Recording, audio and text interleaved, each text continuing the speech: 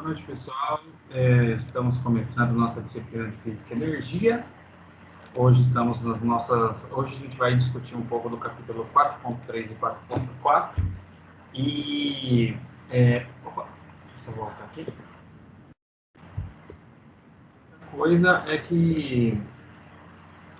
Deixa eu só tirar esse compartilhamento aqui. Deixa eu compartilhar aqui.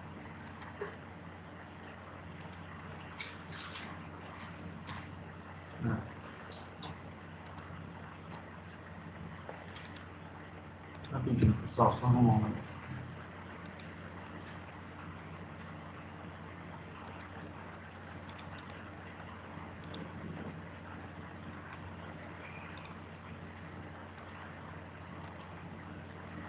Tá, beleza. Então, a gente está nos nossos capítulos 4.3 e 4.4. Então, hoje a gente encerra, né, nosso conteúdo do nosso semestre. Vou terminar o conteúdo com vocês. No final, eu dou uma relembrada nas coisas que a gente estudou nesse bimestre, falando um pouquinho das coisas que vão cair. E comento como que vai ser nossa oficial 2. Aí eu vou deixar para fazer isso no final da aula, vou passar o conteúdo primeiro.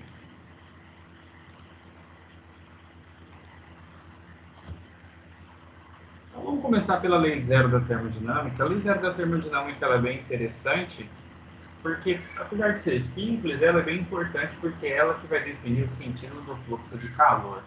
Então, uma coisa que a gente pode falar um corpo está em equilíbrio térmico quando todas as suas partes estão à mesma temperatura. Então, enquanto não tiver todo mundo na mesma temperatura, a gente vai ter essa transferência aí de calor. Como o foco da nossa aula de hoje é justamente isso, né, falar do fluxo de calor, a gente vai definir primeiramente o que é o calor. Então, a gente tem como o calor essa energia em trânsito. Então, meio que a gente não vai considerar, por exemplo, que o corpo está possuindo calor. Quando a gente estiver falando de calor, a gente vai estar focando justamente nas trocas. Como ele é uma energia, a unidade no sistema internacional é o Joule. Mas é bem utilizado também a questão de caloria. Principalmente quando a gente fala de alimentos, por exemplo, a gente trabalha com caloria, mas é comum usar para trocas térmicas também usar caloria. No sistema internacional é Joule. Então aqui embaixo a gente tem as conversões, né, para a gente passar de uma unidade para outra. Então eu gostaria até que, se vocês estão anotando aí no caderno de vocês, anotem aqui, essas transformações, porque hoje a gente vai ter exercício que faz transferência, né, de caloria para Joule. Aquele BTU que tem no nosso ar-condicionado, ele é o British Thermal Unit, unidades termais britânicas. Também é uma unidade de medida de calor. Então, aqui as conversões. Apesar de eu ter colocado aqui o valor do BTU, a gente não vai usar o BTU, a gente vai usar na aula de hoje, principalmente esses dois carinhas aqui.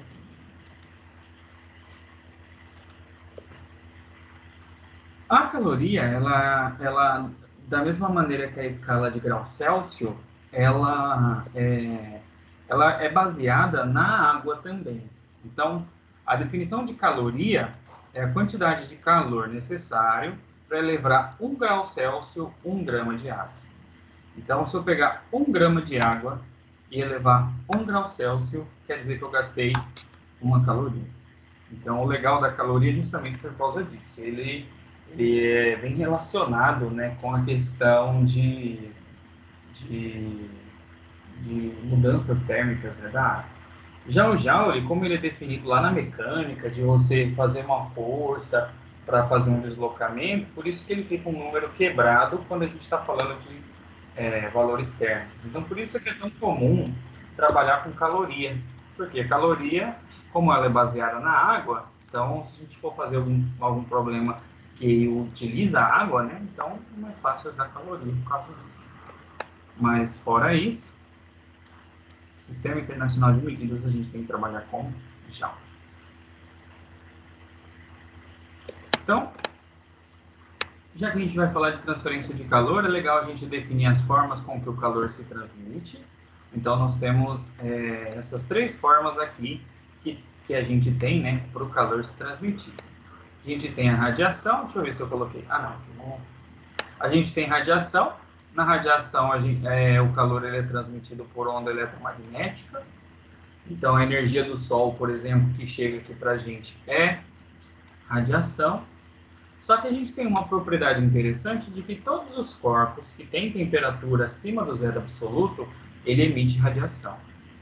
Então, o simples fato da gente ter um átomo, nesse átomo tem elétrons, esses elétrons giram em torno do núcleo, isso meio que já faz que emitam radiação.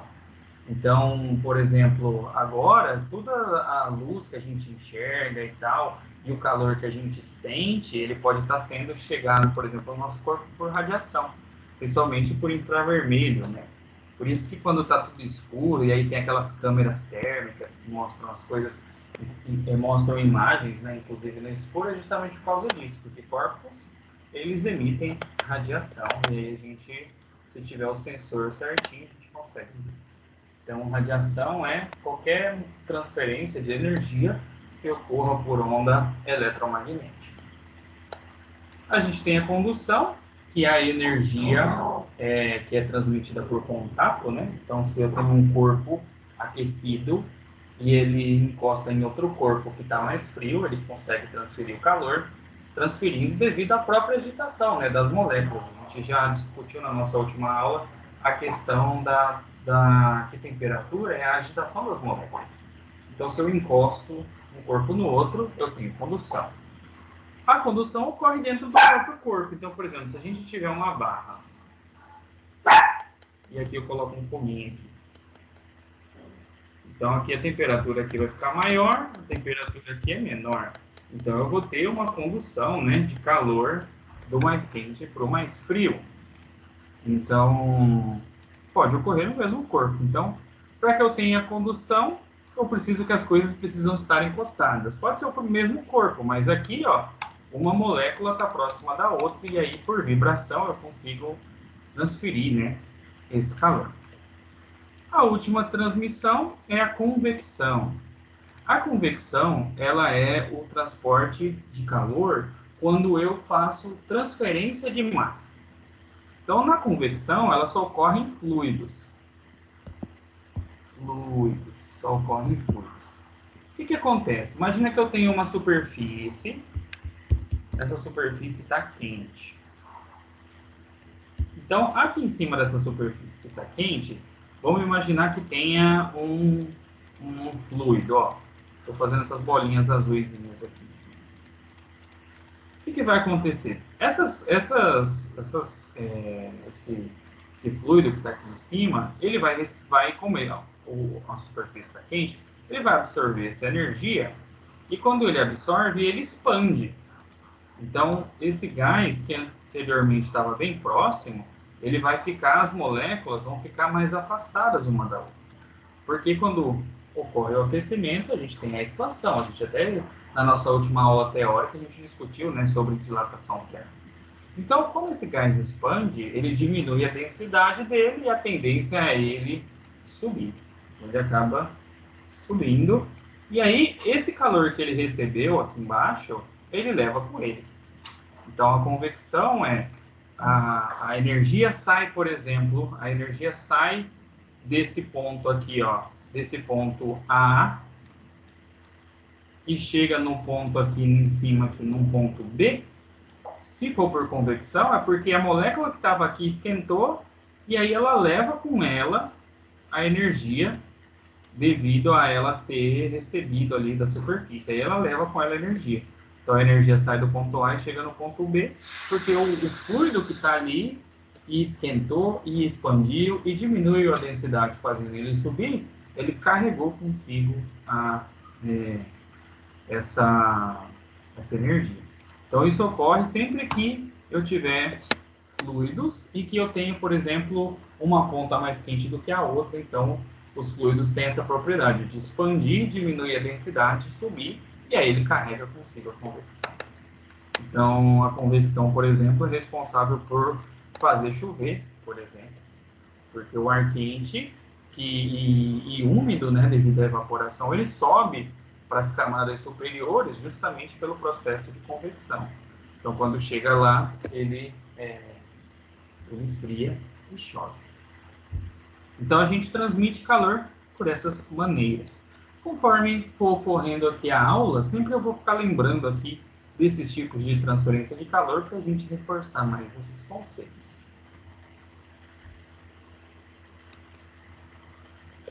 Então, vamos pensar aqui nessa pergunta. Ó.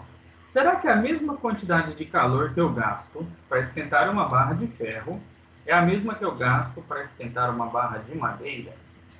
O que vocês acham? Vamos imaginar que elas tenham o mesmo formato, a mesma massa, por exemplo. Tudo os mesmos, só que uma é madeira e a outra é ferro. Será que é a mesma quantidade de calor que gasta? Professor, no caso, a mesma temperatura também as duas? Pode ser, a temperatura inicial dos dois é igual. E eu quero É fazer porque, variar a mesma temperatura. Mas quanto eu quero fazer as duas subir 10 graus. Só que um é madeira e o outro é ferro. no caso, o ferro é condutor, ele vai se esquentar mais fácil, vai chegar aos 10 graus ali rapidinho, e a madeira vai esquentar, mas só que vai demorar mais, bem Tá. mais, que é a isolante térmico. Então você está me dizendo que cada material esquenta de uma maneira diferente. É Sim, isso? isso. Então, cada material, pessoal, ele é composto de uma estrutura atômica. Cada material tem uma organização dos seus átomos e tem uma força, uma intensidade entre a ligação de um átomo no outro, devido à configuração atômica, devido à quantidade de prótons e elétrons. Cada material tem um tipo. Outra coisa também é que cada material, como ele vai ter também a quantidade de elétrons, né, disponíveis ali que tem no material. A gente tem ligações iônicas, a gente tem ligações covalentes. Então, todo esse balanço aí de tipos de ligações diferentes fazem com que alguns materiais conduzam energia de maneira mais fácil do que outros, ou absorva a energia de maneira mais fácil do que a outra. Quando a gente fala de temperatura, a gente está falando de vibração dos átomos. Então, se é mais fácil de um átomo vibrar, é mais fácil eu aquecer o corpo. Se ele precisa de pouquinha energia para vibrar, então eu com pouca energia eu consigo fazer ele vibrar mais fácil. Professor, mas contudo, assim, alguns materiais eles têm uma resistência menor a esse calor, né? Igual esse exemplo aí do senhor citou do ferro e da madeira. A madeira iria queimar muito antes do ferro ser derretido. Sim, justamente. Então, tudo isso por quê? Depende da estrutura atômica do material. A estrutura atômica do material é o que vai definir essa facilidade de aquecer ou não, de mudança de estado físico ou não, de entrar em combustão ou não. Então, toda essa estrutura atômica que vai mandar. Então, como a gente tem cada material de um jeito, então a gente precisa de quantidades de calor diferentes. Então, metais, normalmente, com pouco calor, a gente já esquenta ele. Então, na engenharia, a gente tem que usar calor em coisas que a gente tem que usar metal em coisas que a gente queira que transfira calor rapidamente, e não deve usar metal em locais que a gente queira que isole o calor. Então, a gente tem que pensar nisso na hora que a gente for utilizar. Então, a gente tem como calcular isso daí. Então, o primeiro valor que a gente vai levar em consideração hoje é de uma coisa chamada capacidade térmica. Então, capacidade térmica é a quantidade de calorias necessária para elevar 1 grau Celsius a temperatura de um corpo. Aqui está a quantidade de calorias, eu vou até reescrever, eu vou chamar de a quantidade de energia, que fica, acho que, mais genérico e fica melhor. Quantidade de energia necessária para elevar, vou colocar aqui, para variar, assim fica melhor. Então, capacidade térmica, quantidade de energia necessária para variar a temperatura de um corpo. Então, capacidade térmica, a gente vai usar essa letra C. Essa energia, né, que no caso aqui é o calor, a gente vai usar a letra Q. E variação de temperatura, por isso que aqui tem delta T. Sempre que tiver delta T, a gente tem uma temperatura final menos uma temperatura inicial. Então, nossa capacidade térmica é isso. Se eu souber a quantidade de calor que eu forneci, e eu souber, né, a quantidade de temperatura que variou, e eu fazer essa divisão, eu defino essa constante aí desse material. Hoje em dia, meio que já é conhecido, né? Os materiais já têm isso meio que conhecido, a grande maioria dos materiais. Então, se a gente pegar um material que seja puro, eu já conheço a capacidade térmica dele. Então, por exemplo, aqui ferro, eu sei quanto que é a capacidade térmica do ferro, quanto que é da água, quanto que é do aço. O que talvez a gente não saiba é quando a gente tiver um material que a gente mesmo criou. Por exemplo, se eu tiver um concreto em que eu fiz um traço lá, um traço diferente lá. Então, eu mesmo deveria fazer um experimento que definisse, né, essa capacidade térmica. Não é complicado fazer experimento que define capacidade térmica, porque essa quantidade de calor aqui, ó, tem como a gente meio que controlar. E a temperatura é só medir com o termômetro, então não é tão difícil definir a capacidade térmica de um corpo. Essa capacidade térmica, a gente pode calcular ela também em função de outras coisas. Em função da massa do corpo e de uma outra constante aqui, que a gente vai chamar de calor específico, que vai ser C minúsculo. Então, a gente tem C maiúsculo, capacidade térmica, e C minúsculo, calor específico. Então, esse C aqui, calor específico. Então, se a gente pegar a equação anterior, né, passar o ΔT multiplicando aqui, eu vou ficar aqui, calor é a capacidade térmica vezes a variação de temperatura, e eu troco o C por esse MC aqui, ó. Então, eu fico com essa equação. Essa equação aqui é legal, que aqui eu tenho calor, medido em joule, por exemplo. Então, se a gente estiver trabalhando só com calor específico, só com unidade do sistema internacional. Aqui eu tenho a massa, pode ser medida em quilograma. Aqui eu tenho a temperatura.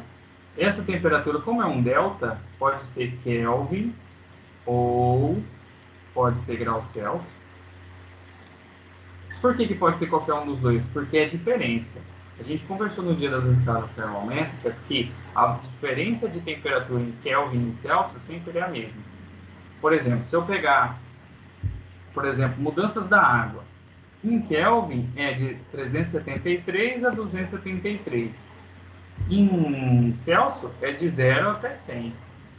Mas se eu pegar a diferença aqui, ó, de congelamento e vaporização, congelamento e vaporização, dos dois aqui a diferença é 100 graus.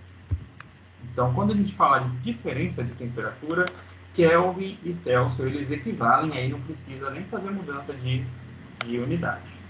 Quando for Fahrenheit, precisa. E aí, esse calor específico aqui, ó, ele vai ser escrito em função dessas variáveis que está ali. Então, ele vai ser joule por quilograma grau Celsius, o calor específico. Se, em vez disso, você utilizar outro tipo de unidade, você pode utilizar, por exemplo, a caloria. Aí você usa grama, aqui você usa grau Celsius. Aí, esse calor específico, ele seria caloria por grama por grau Celsius. Então, a unidade, né, que a gente vai utilizar vai definir, né, os dados de entrada vão definir aí como que a gente calcula aí cada coisa.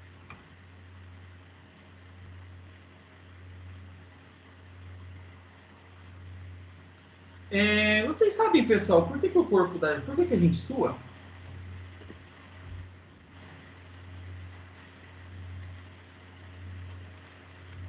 Vocês sabem a lógica? Pode falar, Kelvin. Ou a gente soa, que eu saiba, que é para poder transferir um pouco o nosso calor para o suor, para refrigerar nossa própria pele, para nós não passar da temperatura em que nossas células elas começam a morrer. Certo, perfeito. Mas assim, o que que tem. Mas aí, o que que tem a ver o suor com resfriar a gente? Por que que o suor resfria? Ele rouba um pouco da temperatura do corpo. Então o corpo cede calor pro suor. E aí o suor está encostado na nossa pele. Se esse suor evaporar, vocês acham que ele vai levar mais ainda o calor ou não?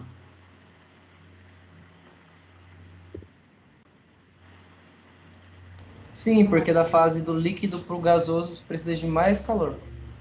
Perfeito, maravilha. Pessoal, vocês já, tipo assim, tomaram banho de piscina, aí bateu um vento, aí ficaram com frio, ou de rio, ou de chuveiro? De chuveiro, talvez dentro da sua casa não bate vento. Mas sei lá, alguma situação assim, tipo assim, Já, que dá um professor. frio ou você já viram as pessoas vendo da onde que está vindo o vento, que a pessoa pega, molha a ponta do dedo, e aí onde o dedo ficar mais geladinho, você sabe de onde está o vento? Já viram também Sim. fazer isso? Inclusive, isso é uma coisa que a gente pode, nós mesmos pode fazer, ó. Se a gente molhar a ponta do dedo e assoprar, você vai perceber que o dedo vai ficar geladinho no lugar que você assoprou. E o dedo não fica geladinho porque você molhou ele. O dedo fica geladinho porque quando você assopra, você acelera a vaporização ali da água que está ali. E aí, nessa vaporização, a água pega tanto o calor do dedo quanto energia do próprio vento. E aí você sente o geladinho justamente por causa disso. Porque aquele vapor que está ali, aquela água que está ali, pega calor da sua pele para mudança de estado físico. Então, a gente também precisa calcular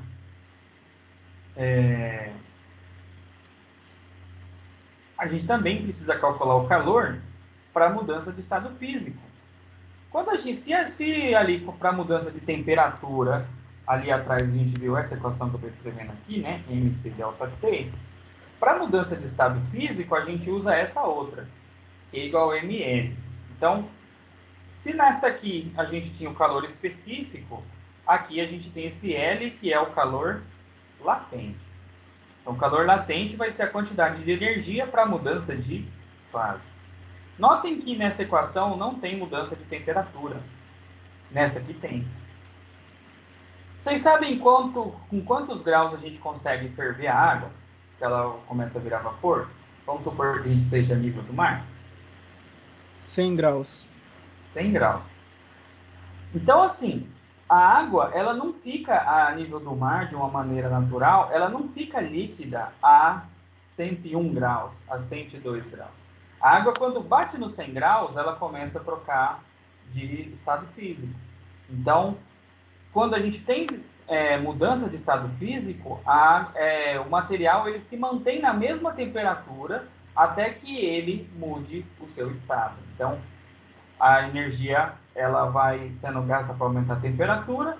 Chegou na temperatura de mudança de estado físico e toda a energia vai ser usada para mudar o estado físico. Depois que mudar o estado físico, aí sim a energia vai ser usada para aumentar a temperatura de novo. Então, se a gente vai até 100 graus, a gente está tipo, fervendo a água ali a nível do mar com a panela com a tampa aberta, por exemplo, da panela, o vapor que sair ali, aí sim o vapor pode aumentar ou diminuir o valor dele. Agora, a água que está na panela, ela não passa de 100 graus. Então, água líquida, se eu não tiver, se tiver, tipo assim, na pressão do nível do mar, ela não passa, né, de 100 graus. Por que eu estou reforçando isso? Porque se a gente coloca pressão, aí a gente consegue ter água líquida, por exemplo, com mais de 100 graus. Então, a panela de pressão que a gente usa para cozinhar, qual que é a lógica dela? Quando tem a pressão ali, a gente consegue ter água líquida lá dentro a 120 graus, por exemplo. Então, a gente consegue cozinhar o alimento com a água mais quente do que deveria ser e aí ela cozinha ali melhor o alimento. Então, se a gente aumenta a pressão, a gente consegue, tipo, aumentar esse ponto em que a água muda de estado físico, se for um local que esteja com a pressão alta. Agora, se está com a pressão baixa, aí é o contrário, aí eu facilito, né? Então, ela pode já vaporizar com menos de 100 graus. Que é o que acontece quando a gente chega em locais que são mais altos, por exemplo, que a pressão diminui. Vamos fazer esse exercício aqui, ó. Eu quero fazer isso aqui com vocês. O exercício aqui é interessante. Pode até cair na prova. Então, deixa eu organizar ele aqui, ó, pra gente fazer.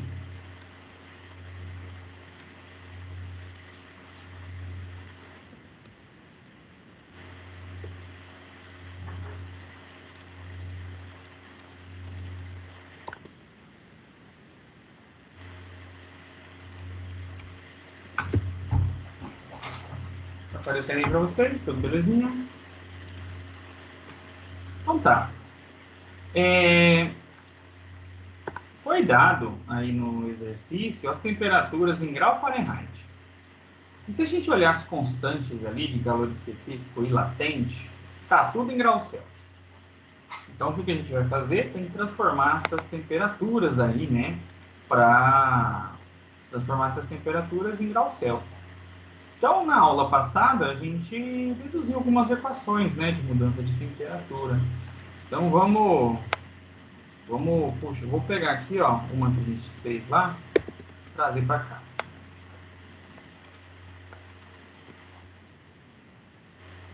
Então, uma das equações que a gente deduziu, deixa eu colar ela aqui, foi essa daqui. Então, vamos colocar assim primeiro, né? Transformando de F para C. Então, de Fahrenheit para graus Celsius. Então, já está aqui a equaçãozinha. Então, é só jogar aqui, ó, o grau Fahrenheit. Então, a gente tem 230. E depois está em Kelvin. Então, tá. Vamos jogar 230 Fahrenheit aqui. E ver quantos graus Celsius que dá. Alguém pode fazer aí pra gente? Pra ver quanto que dá?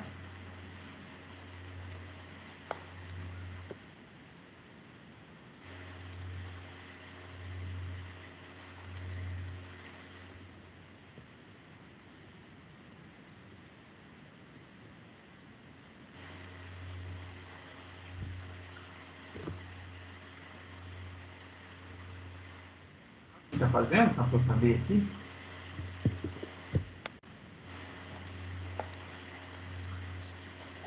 Ninguém tá fazendo?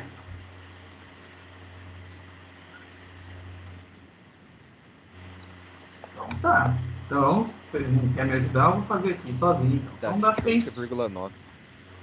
Certeza? Eu acho que é isso. Ó, tem que resolver primeiro dentro do parênteses. Então fica 230 menos 32. Sim, 198. Aí faz vezes 5. Aí faz vezes 5. Aí depois divide por 9. Dá 110. Será que foi arredondamento? A minha deu 110 também, professor.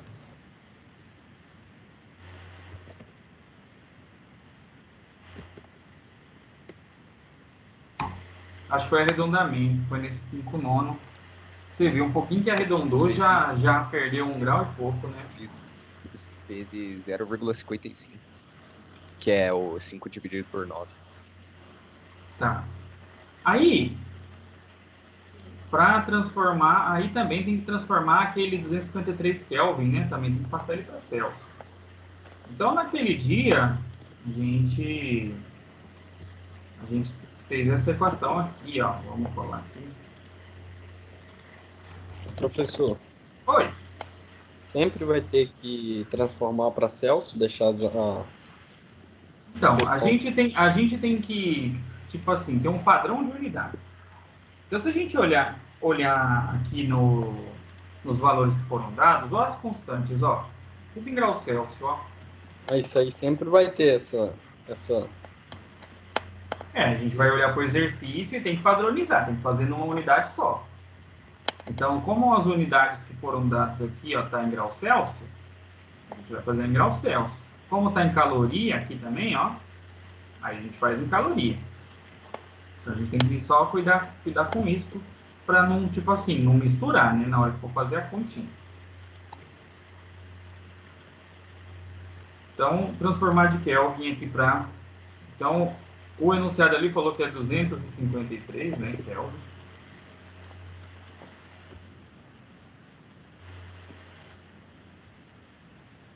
Então, 253 menos 273 vai dar o grau Celsius. Então, é menos 20, né?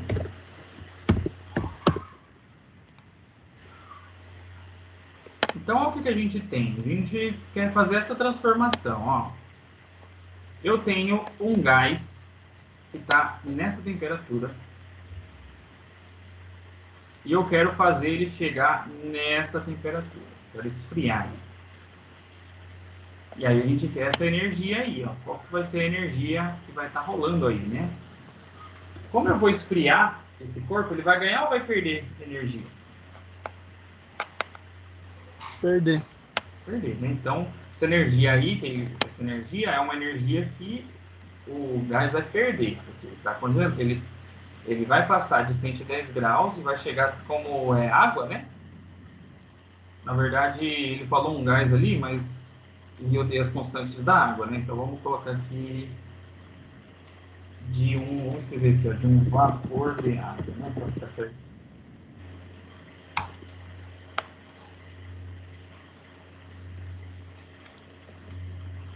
Então tá. A primeira parte tá feita, né? Já transformamos as temperaturas. Então assim, pessoal, só para a gente interpretar um negócio aqui, ó. Só para a gente entender, eu vou fazer um gráfico aqui, só para a gente discutir. Vamos fazer assim.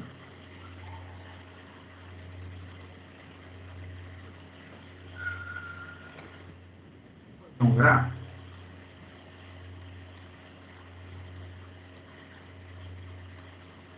Esse gráfico aqui vai ser em um eixo aqui, ó. Nesse eixo aqui X, vai ser calor. Aqui. Eixo aqui Y vai ser temperatura. Então, o que vai acontecer com o nosso corpo? Ele está em 110 graus, né? Então, vamos colocar aqui assim as temperaturas de interesse, ó. Ele vai sair a 110. Aqui. Depois, ele vai ser a 110. Quando ele chegar a 100 graus, o que vai acontecer com ele, pessoal?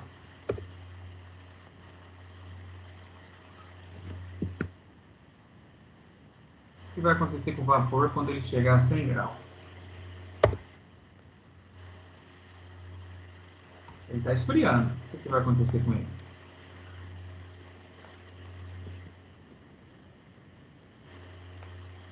Ele vai começar a virar líquido, né? Vai condensar, né?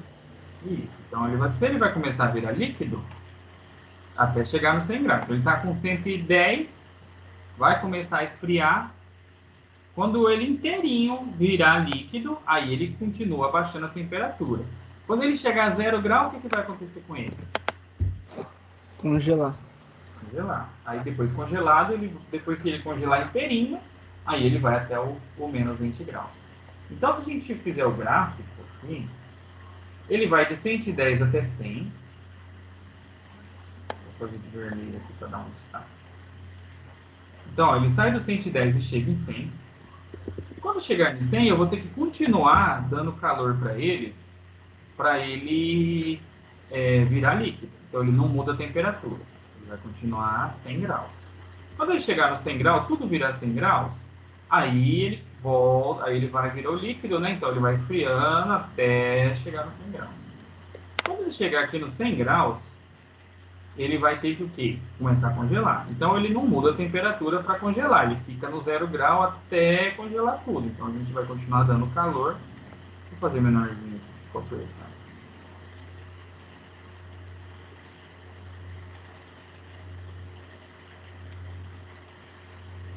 Então ele vai continuar no 0 grau até congelar tudo. Depois que congelar tudo, aí ele volta a baixar até chegar no menos 20. Deixa eu só colocar assim, só para...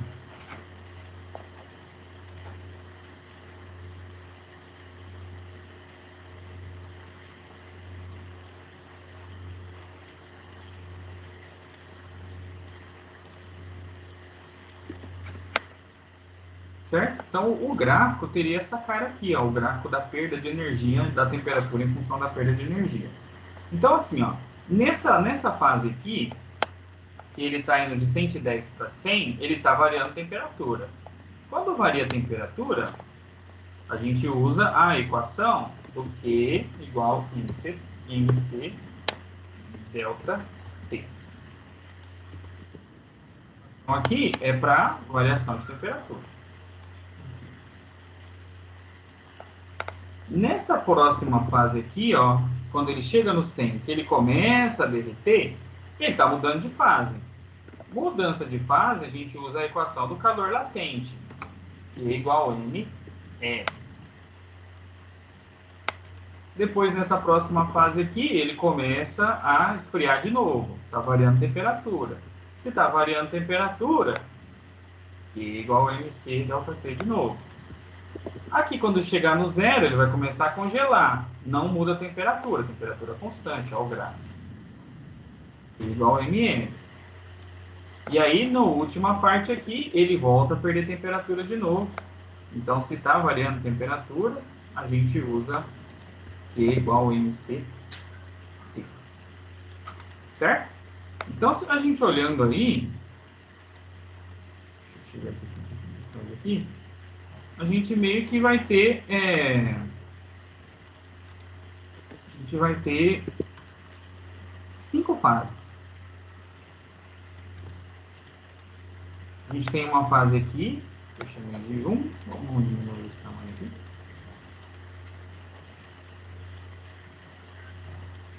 Tenho essa fase aqui 1. Será que ficou muito pequenininho? Vou colocar aqui, ó, fase 1.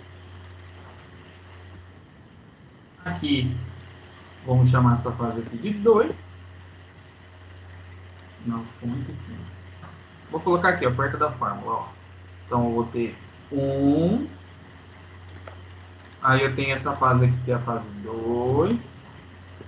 Aí a gente vai ter aqui, ó, essa é a fase 3. Aqui, fase 4. Vou aqui para terminar.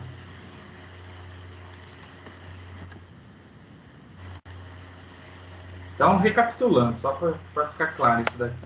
Ele parte do 110. Ele vai esfriar, vai mudar a temperatura. Então, de 100 para 110, muda a temperatura, que é igual a MC delta T. Chegar no 100, começa a congelar. Então, ele troca calor aqui, que é igual a ML. Não muda a temperatura, fica constante, está mudando de fase.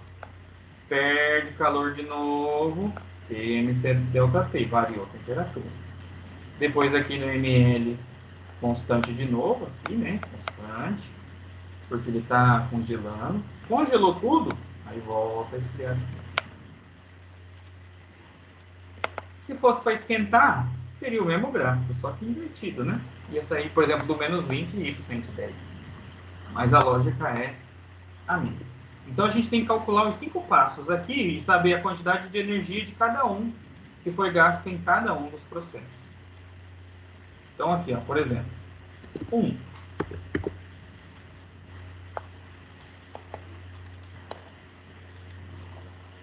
Vamos fazer aqui no 1. O 1 é igual a MC delta T. Então, vamos lá, quanto que é a massa, pessoal, que a gente está transformando?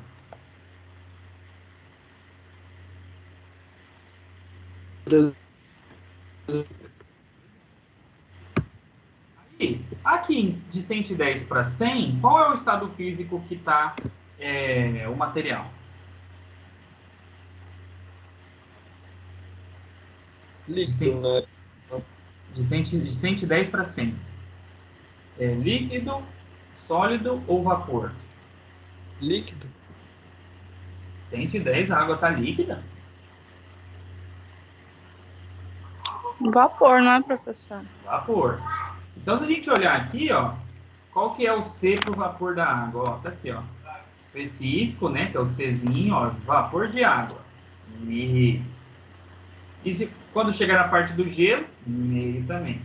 E quando tiver água, aí é 1. Quando for mudança de fase, ó, se for fusão ou solidificação, é 80. Se for vaporização ou condensação, aí é 540. Beleza. Então, continuar aqui. Então, C é meio. Qual que é a variação de temperatura que a gente vai ter?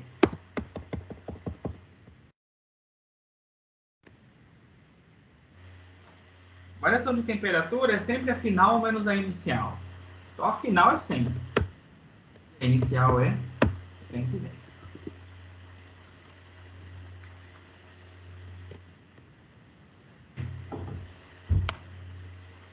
(300 vezes meio dá 50, dá 150. E aí, vezes menos 10 dá 1.500. Negativo. É isso?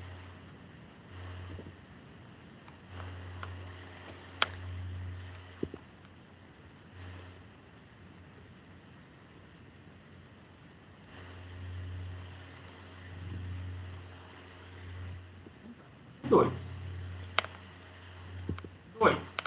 O 2, aí é aquela parte que está mudando de estado físico. Ele está passando de vapor e ele está condensando, né? Ele está virando água. Então, Q igual a ml, a massa é 300 e o latente ali que é de condensação, que é a passagem de vapor para líquido, é 540. Se é de condensar, ele está perdendo energia, porque ele está passando de vapor para líquido. Então, a gente tem que colocar negativo. Todas as parcelas vão ser negativas, tá, pessoal? Porque é tudo perda de energia. Então, isso aqui dá menos 162 mil calorias.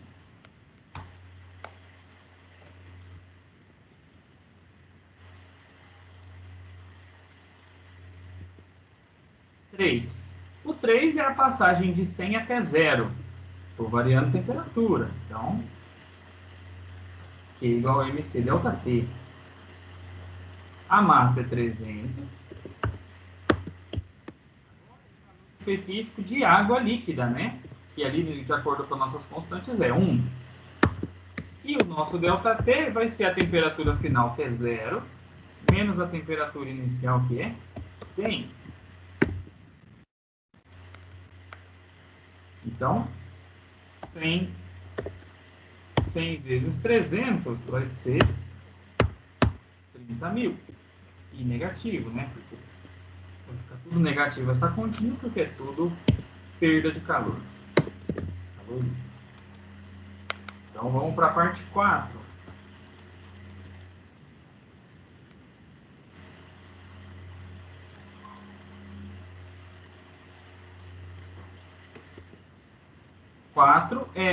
É a solidificação, né?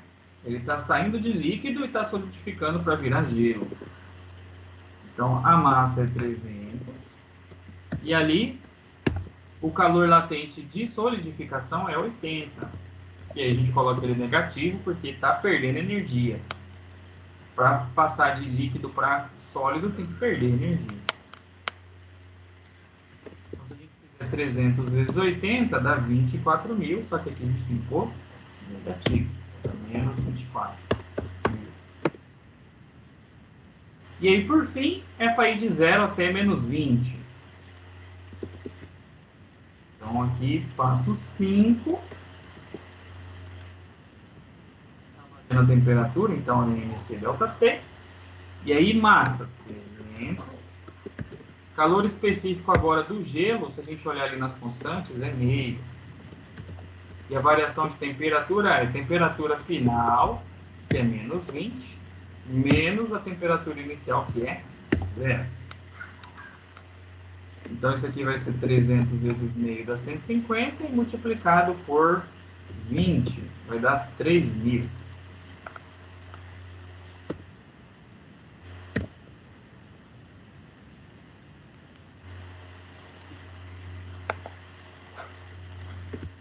Então, a energia gasta é o somatório das calorias.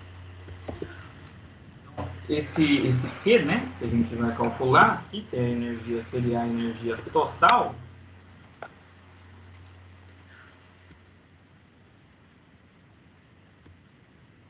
então, menos 1.500, menos 162.000, menos 30.000, menos 24.000 e menos 3.000.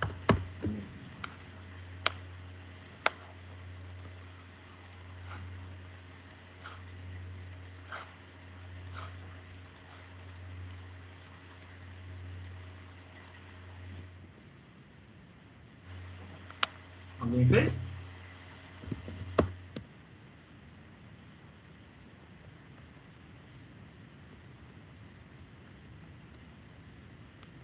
Deu 220 e 500.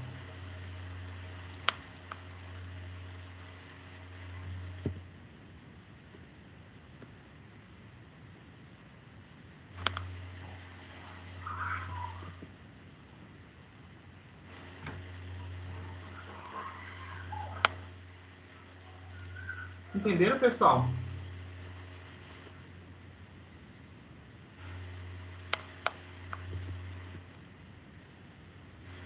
Sim. Ela só é grande, mas é bem simples, né?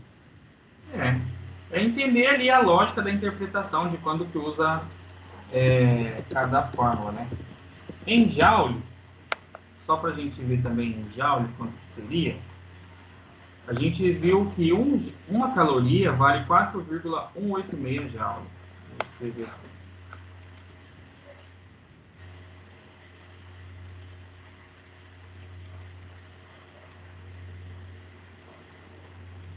Então, esse Q total,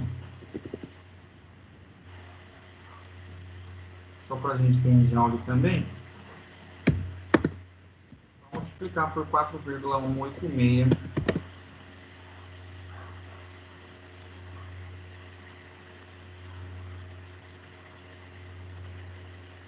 Que dá 923.013. 923.013. Então pode fazer tudo em cal e depois multiplicar por joule. Eu acho que é o jeito mais fácil. Faz tudo em cal e muda só a resposta final. Porque senão, o que você ia ter que fazer? Você ia ter que mudar todas essas constantes aqui, ó, para joule. Aí você já calcularia tudo em joule. Então, eu acho que é mais trabalhoso. Como melhor faz tudo em caloria e transforma só aqui no final. O exercício não pediu joules, tá? Estou colocando aqui só porque a gente viu essa relação, para a gente ver, né, como que transforma.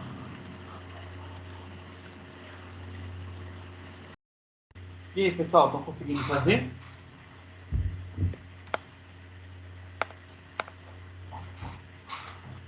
Vamos fazer?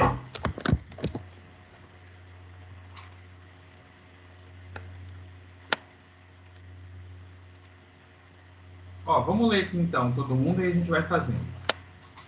Você é o engenheiro responsável por uma planta de uma grande indústria. Em breve, um componente de uma máquina pesada será substituído e o fornecedor já avisou que ele aquece rapidamente até uma temperatura de 300 graus, posteriormente perdendo calor para o entorno. Você sabe que isso não causará danos na máquina, mas quer saber se poderá oferecer algum risco para seus funcionários. Então você sabe que o componente tem massa de 25 kg. Vamos anotar aqui, né, os dados. A gente tem ali uma temperatura de 300 graus Celsius. A gente tem uma massa de 25 quilogramas. E aí, ó, ele é feito majoritariamente de cobre e que ele será instalado na máquina que tem uma massa de 400 quilogramas. Então, a gente tem massa peça 25 quilogramas e a gente tem massa máquina de 400 quilogramas. E aí funciona uma temperatura de 30 graus. Então, a gente tem uma temperatura de 300, né? Vamos chamar de temp 2. E a gente tem uma temp 1, que é 30. 30 graus Celsius.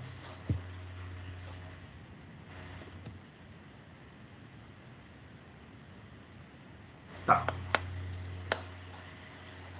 Então, antes mesmo do equipamento chegar, resolveu fazer um cálculo, né, da superfície da máquina, se a máquina se aquecerá a ponto de oferecer algum risco aos funcionários, exigindo a instalação de avisos de segurança adicionais e compras de EPI.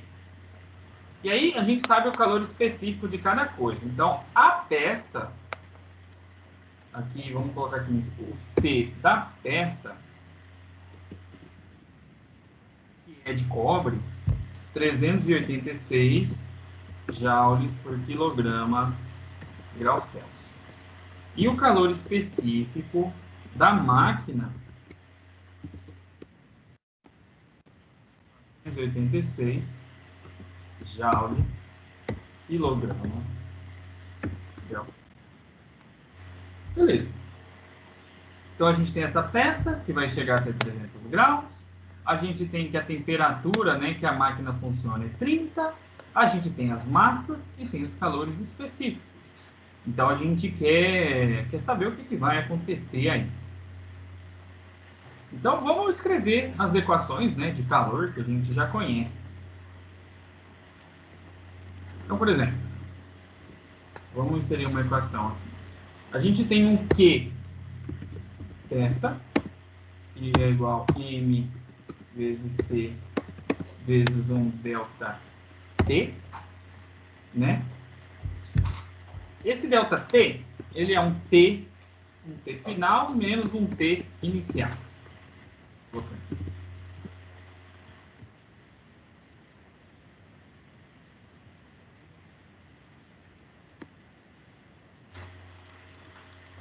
E esse Czinho aqui é um C, é C de peça. De peça.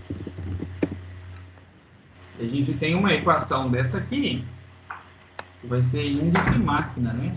Então aqui essa é máquina, aí eu tenho massa da máquina e eu tenho calor da máquina. Beleza, então a gente tem esses dois aí, né? Então a gente já conhece o calor específico, tem a massa da peça. A gente tem da máquina também. Ficou faltando, a gente pode aplicar agora os valores, né? Então vamos aplicar os valores aqui. A massa da peça é 25. O calor específico da peça é 386.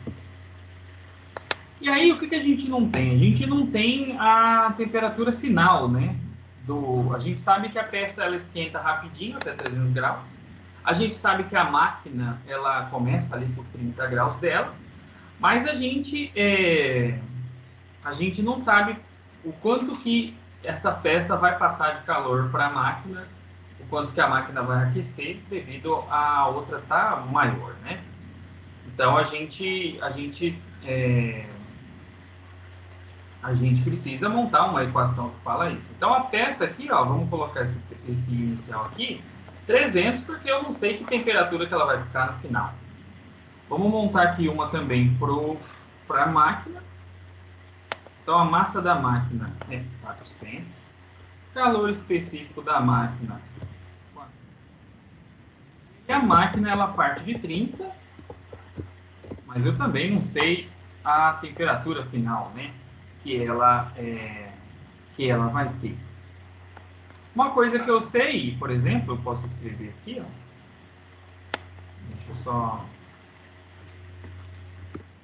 organizar aqui minhas fórmulas para ficar organizado.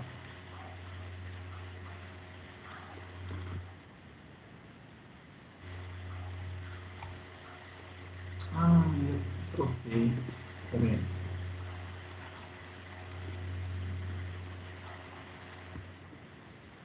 Vamos arrumar aqui que isso aqui é máquina.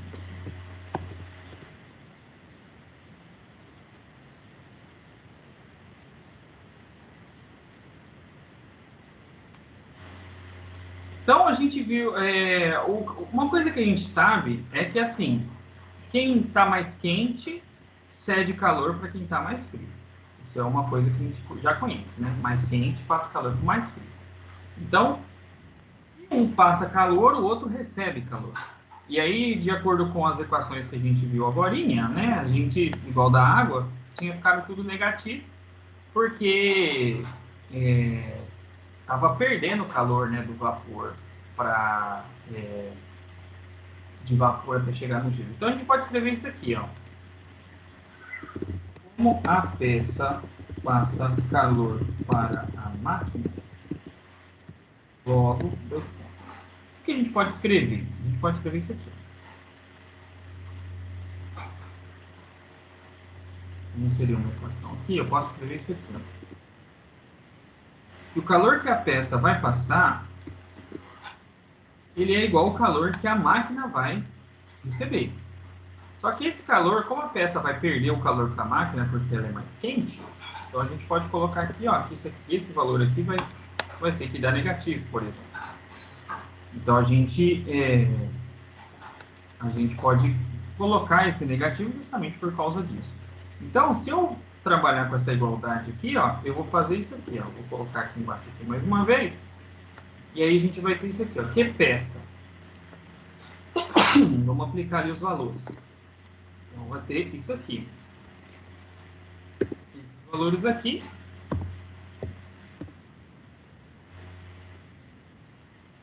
Só que tinha um menos, né?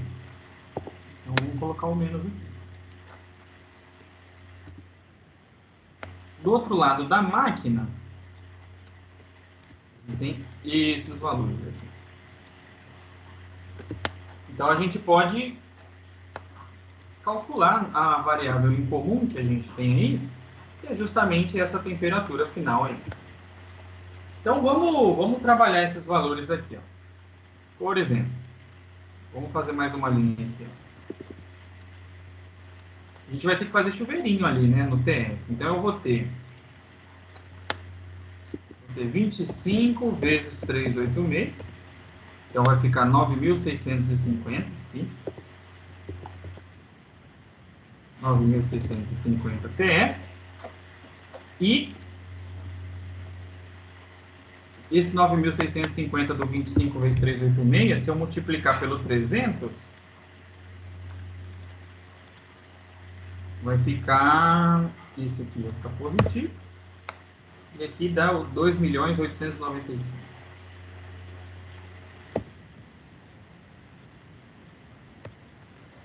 Professor, peraí, volta um pouquinho aí, eu não entendi essa parte não. Ah, aqui é chuveirinho. Aqui, ó, vamos, aqui, ó. Esses dois números aqui dá 9.000. 9.650. Aí eu vou multiplicar pelo TF, dá isso. Aí eu vou multiplicar pelo 300, aí dá isso. Ah, agora eu entendi. Aí a gente vai ter que fazer aqui a mesma coisa, ó. Aqui vezes isso, e isso aqui vezes isso. E, arrumando aqui esse outro, eu vou ter 400 vezes 486, 194.400. Então, vou ficar assim, ó. Aqui. 194.400 TF. E 194.400 também multiplico ali pelo 30. 5.832.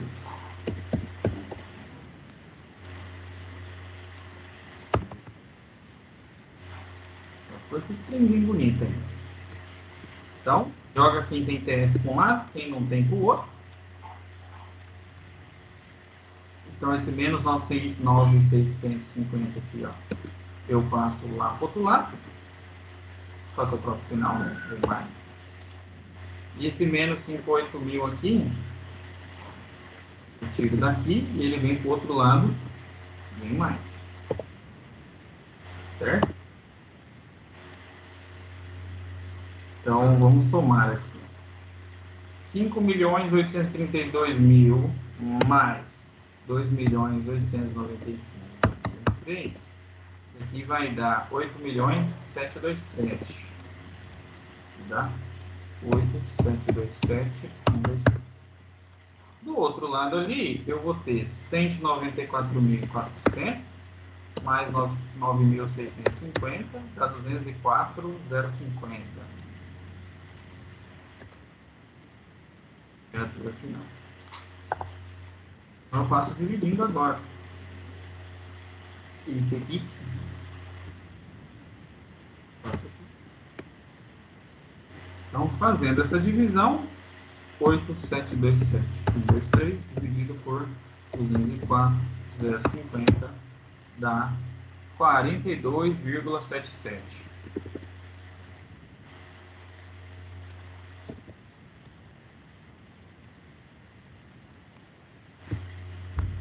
Então vamos repaginar aqui para a gente chegar na conclusão. A gente escreveu uma equação de calor para peça. Tá aqui. Uma equação de calor para máquina. Tá aqui. A temperatura final dos dois, como um vai trocar calor para o outro, eles vão atingir a mesma temperatura, né? E também esse aqui, ó, é a peça que vai ceder o calor para a máquina. Então, como um cede e o outro recebe, por isso que a gente pôde montar essa equação aqui. Então, a gente aplicou as equações e isolou a outra variável em comum, né, que a gente tinha, que era justamente a temperatura. Então, quando um ceder calor para o outro, eles vão chegar nesse equilíbrio térmico aqui, ó, na troca térmica dos dois. Então, vai atingir 42. Então, a gente, 42 graus, ele tinha 30 e aumentou para 42, então tá seguro, né? Não é uma coisa que precise, assim, tomar tanto cuidado. Agora, tem que ver na norma, né? O que a norma de segurança fala em relação à temperatura de superfície. Então, tem que dar uma consultada na norma aí para poder afirmar, né? Com certeza. Belezinha?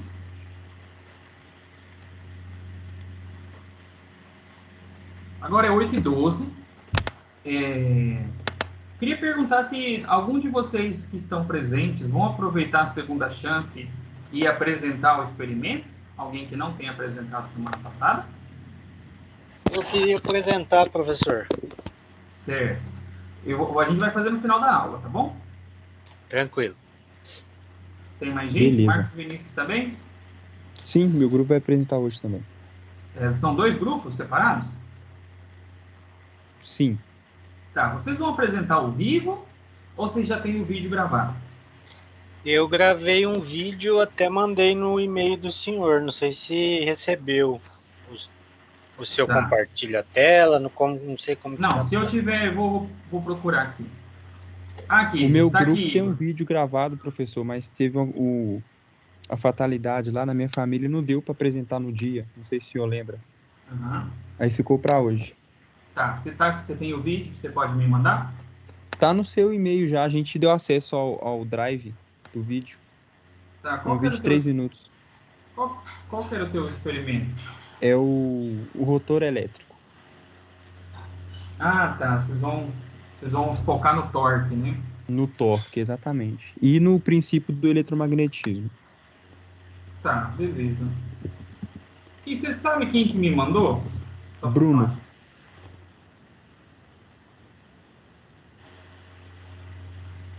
O link do drive deve estar no meu nome, Marcos Vinícius, mas quem encaminhou para você foi o Bruno. T7.Marcos Vinícius? Isso. É você?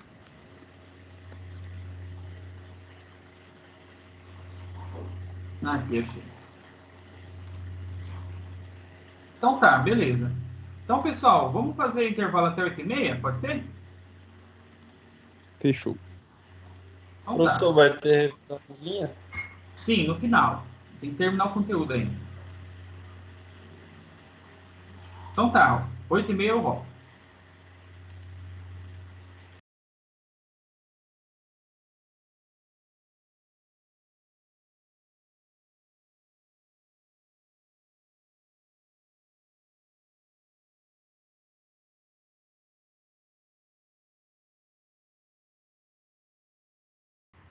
Oito e meia, pessoal, vamos retornando. Falta só mais um conteúdo para a gente encerrar nosso semestre. Vou compartilhar aqui nosso slide.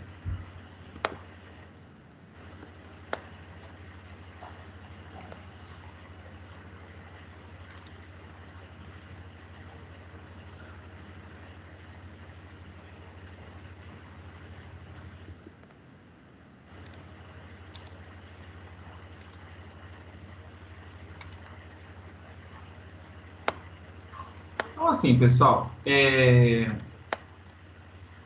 a gente está estudando, né, nesse segundo trimestre, a gente está falando de trocas térmicas, a gente está falando de variação de temperatura, a gente já comentou na parte de dilatação que quando a gente aquece um corpo, ele pode dilatar e aumentar o volume.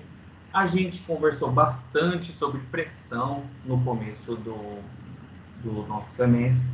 Então, quando a gente estuda gases, né, tem uma relação matemática que ela justamente associa essas características de um gás. Então, a gente tem essa equação, ela vai relacionar a quantidade de moléculas desse gás que eu tiver com a pressão, com o volume e com a temperatura. Então, a gente vai estudar a lei dos gases agora nessa parte. Então, uma das coisas, né, que entra no cálculo da lei dos gases é que, em vez da gente usar a massa do gás, a gente vai usar a quantidade de gás em mols. Então, uma explicação bem característica é, por exemplo, assim, quando a gente fala uma dúzia de alguma coisa, a gente sabe que são 12 unidades. E aí, se eu falar, uma dezena de alguma coisa, eu sei que é 10 unidades. Uma centena, 1 milhar. E aí, como átomos são coisas muito pequenininhas e em grande quantidade, a gente tem um número que representa essa quantidade de moléculas, principalmente. Então, 1 mol de alguma coisa é 6,023 vezes 10 a 23 unidades daquelas coisas. Então, se você tiver 1 mol de dinheiros, você vai ser o cara mais rico aí do planeta. Então, 1 mol é uma quantidade bem grandona, e aí por isso que normalmente ela é utilizada para partículas, para gases e etc. Então, esse número que representa o mol, né, ele é conhecido como número de Avogadro, porque o Avogadro foi o cara que estudou aí essas quantidades de moléculas e conseguiu relacionar isso com a massa do material. Então, 1 mol tem isso daqui. Mas aqui no nosso estudo, a gente vai calcular como 1 mol, 2 mols, 3 mols. A gente não vai trabalhar com isso aqui necessariamente. Então, aqui tem toda a história, né, da onde que saiu. Então, que foi justamente essa quantidade de gás que o Avogadro pensou. Então, por exemplo, a definição do que é 1 mol é a quantidade de átomos em uma amostra de 12 gramas de carbono isótopo 12. Então, se a gente pegar 12 gramas de carbono do tipo 12, então a gente vai ter 6 vezes 10, 6,023 vezes 10 a 23 átomos, né? Ou moléculas aí nesse daí. Então, quanto que é o número de mols de uma amostra qualquer? Se eu pegar a quantidade de moléculas que tem ali naquele lugar e dividir pelo número de Avogadro, né, que é esse número que está aqui, aí eu vou saber quantos mols tem. É tipo assim, se eu tiver 12 vezes 10 a 23, aí eu vou e divido pelo número de Avogadro, que é 6 vezes 10 a 23. Então vai dar o quê? Vai dar 2. Então eu sei que tem 2 mols. Então essa aqui é a lógica aí, dos mols. Então, vamos ver então a equação, né, os gases ideais. Então, a gente vai estudar a relação entre pressão, volume e temperatura para um gás. Pressão, volume e temperatura não é novidade para a gente, né? A gente está trabalhando com bastante temperatura agora no final do semestre. No começo a gente trabalhou bastante com pressão, né? Principalmente no estudo lá da hidrostática. Então por isso que agora a gente inseriu aqui, ó, esse número de mols.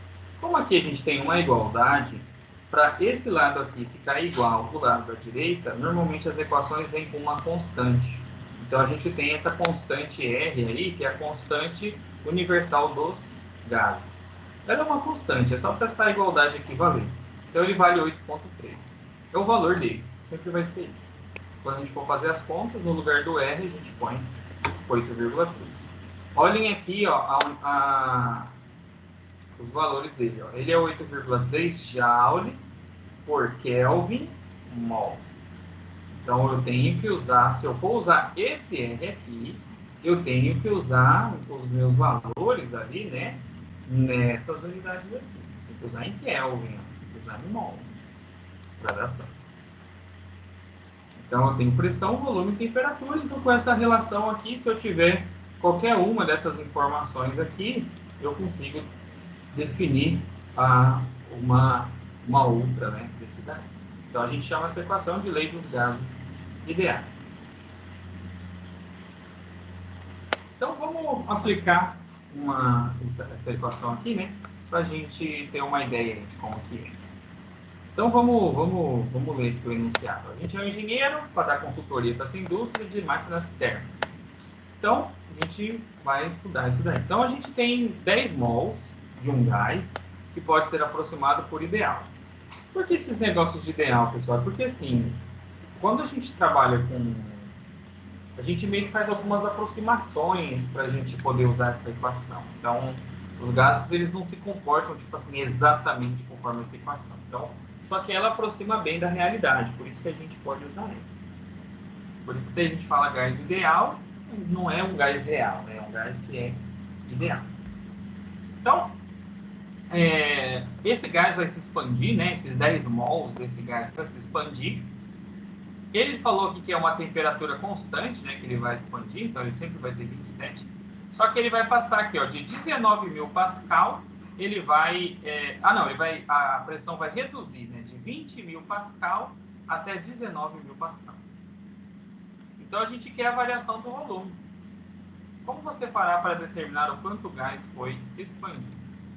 Então é isso que a gente está interessado aí, nessa variação do volume. Então a gente vai pegar essa equação aqui, ó, vamos trabalhar ela inicial, e depois a gente faz ela final. Então inicial a gente tem PV igual a nRT.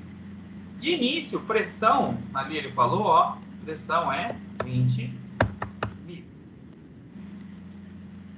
O volume é o que eu quero saber. Ele repete aí o volume. Mols é 10. A constante a gente viu ali que é 8,1. E a temperatura é 27. O exercício ali, né? Ele falou que esse 8,31 ele é para grau, ele é para Kelvin. Então a gente tem que fazer a transformação. Como que a gente transforma, pessoal, de Celsius para Kelvin?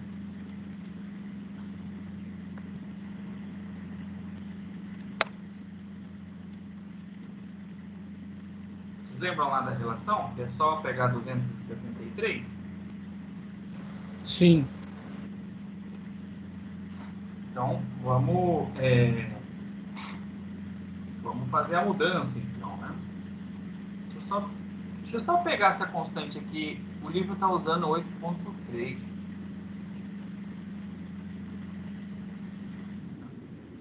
Vou usar o mesmo do livro, tá? O livro está usando 8,3.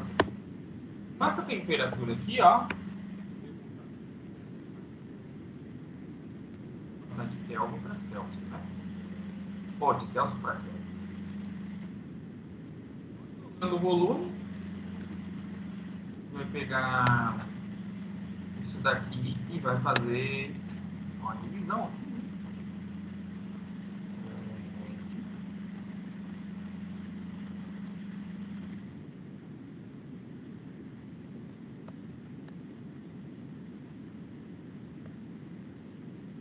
Então, fazendo isso daí, ó, eu vou ter 27 270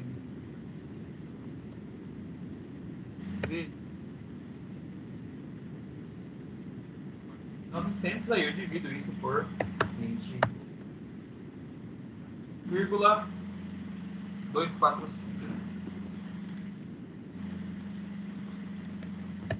A gente está usando só unidades do Sistema Internacional de Medida, então esse volume tem que ser o volume do Sistema Internacional de Medidas. E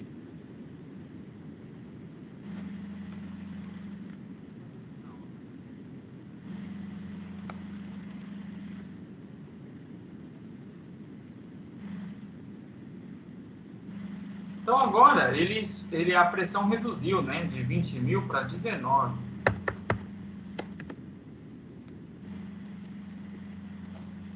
E aí do outro lado continua sendo os mesmos valores, né? Só a pressão que muda.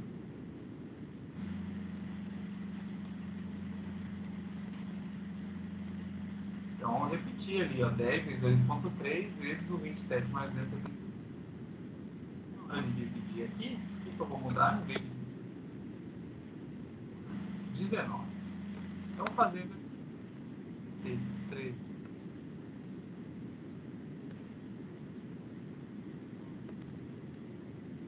E 31.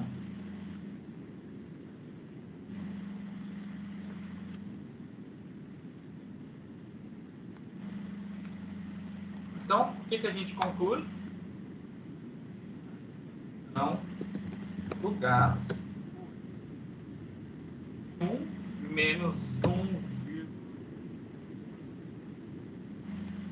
Então,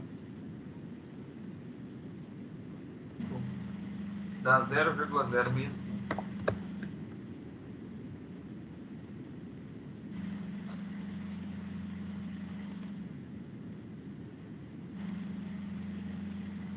Tranquilinho? Dúvida rápida, professor. Ali no não era para mudar o 27 graus Celsius para Kelvin? Por que somou com... Então, esse aqui é a transformação.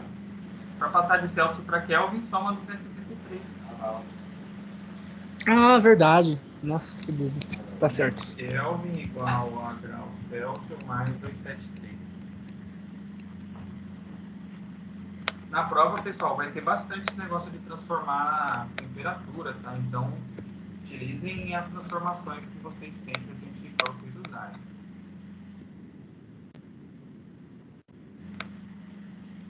Beleza. Então, esse foi o último conteúdo. Então, a gente encerra, então, pessoal, o conteúdo do nosso semestre. Mas hoje a gente é a nossa despedida. Beleza, professor. Muito obrigado pelas aulas, hein? O senhor Beleza, é 10. valeu. Obrigado. Obrigado, pessoal. É nóis.